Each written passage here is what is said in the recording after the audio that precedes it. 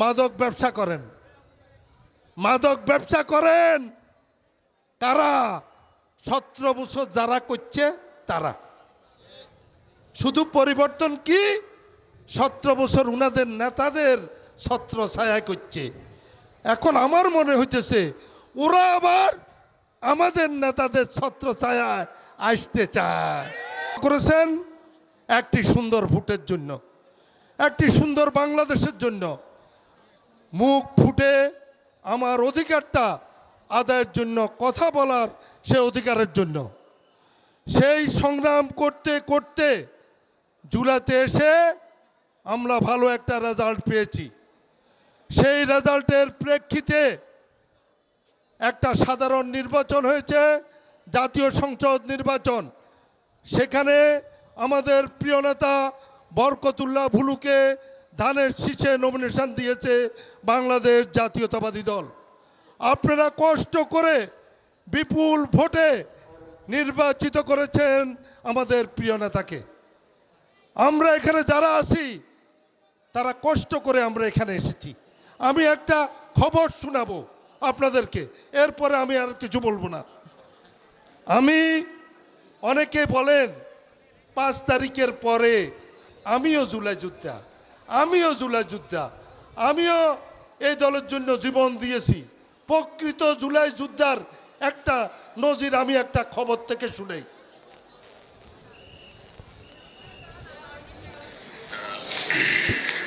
গণতান্ত্রিক সরকারকে সন্ত্রাসী কায়দায় অবৈধভাবে ক্ষমতাচ্যুত করার জন্য তারা লন্ডন থেকে নেতার নির্দেশে বিএনপি এবং বিএনপির অঙ্গ সংগঠন এবং জামাত ইসলামের কিছু নেতৃবৃন্দের তারা সহযোগিতায় তারা ঢাকা শহরে ভাঙচুর অগ্নিসংযোগ লুটপাটের মাধ্যমে সহিংস ঘটনা ঘটায়।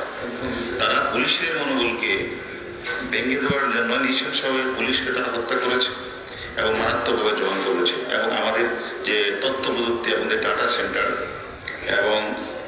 এবং তাদের নির্দেশে ঢাকা শহরে ঘটনাঘটে করার হুকুম দেয় যে আমরা SM জাহাঙ্গীর, সাবেক সভাপতি মহানগর যুবদল এবং সে 18 সনের বিএনপিকে নির্বাচন করেছিল।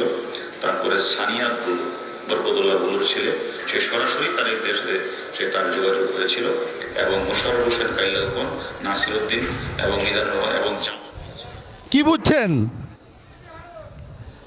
এ হলো ডিবি হারুন। এই বরকতুল্লাহ বুলু সাহেবকে যখন অ্যারেস্ট করতে গেলেন যখন উনাকে পেলেন না, তখন তার বড় সন্তান সানিয়াতকে গ্রেপ্তার করে নিয়ে গেলেন। গ্রেপ্তার করে নিয়ে এই ডিবির হারুন তাকে অনেক নির্যাতন অত্যাচার করেছেন, করে টেলিভিশনে সাক্ষাৎকার দিয়েছেন। কেন সানিয়াতকে ধরে নিয়ে গেলেন তারা? সেখানে বলেছে এই সানিয়াত লন্ডনে তারেক রহমানের সাথে কথা বলে এই জুলাইতে যা ঘটেছে তার নেতৃত্ব দিয়েছে। নিজেরা শুনেছেন না? শুনেছেন? তাহলে আজকে অনেকেই বলে জুলাইয়ের জন্য অনেক করেছেন। এই সানিয়াতকে পুঙ্গ করে দিয়েছে। সে হাঁটতে পারে না। আজকে আমরা জুলাই যোদ্ধাদেরকে অসংখ্য ধন্যবাদ জানাই, কৃতজ্ঞতা জানাই, স্মরণ করি।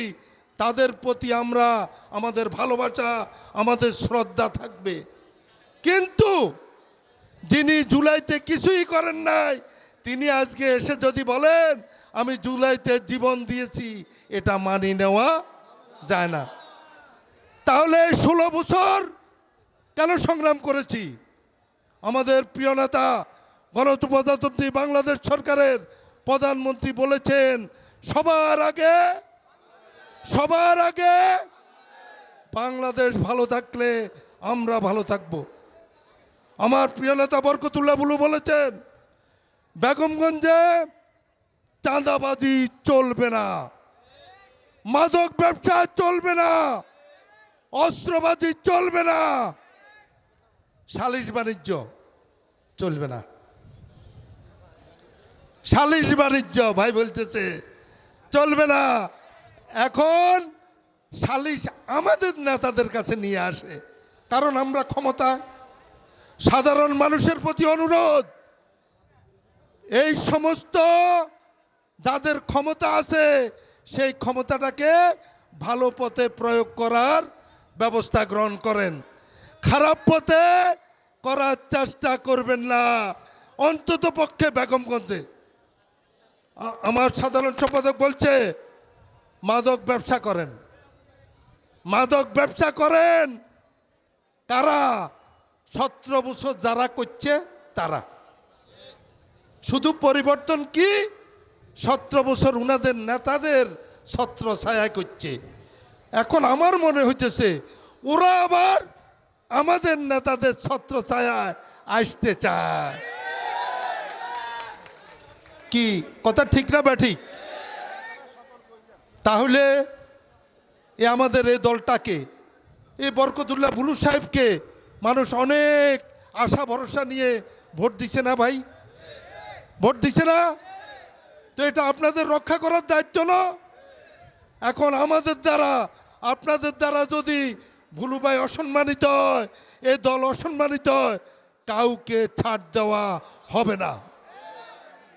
মাদক বিরোধী অভিযান মনে করেন এর মিটিং করে বক্তৃতা দিয়ে চলে যার হবে না।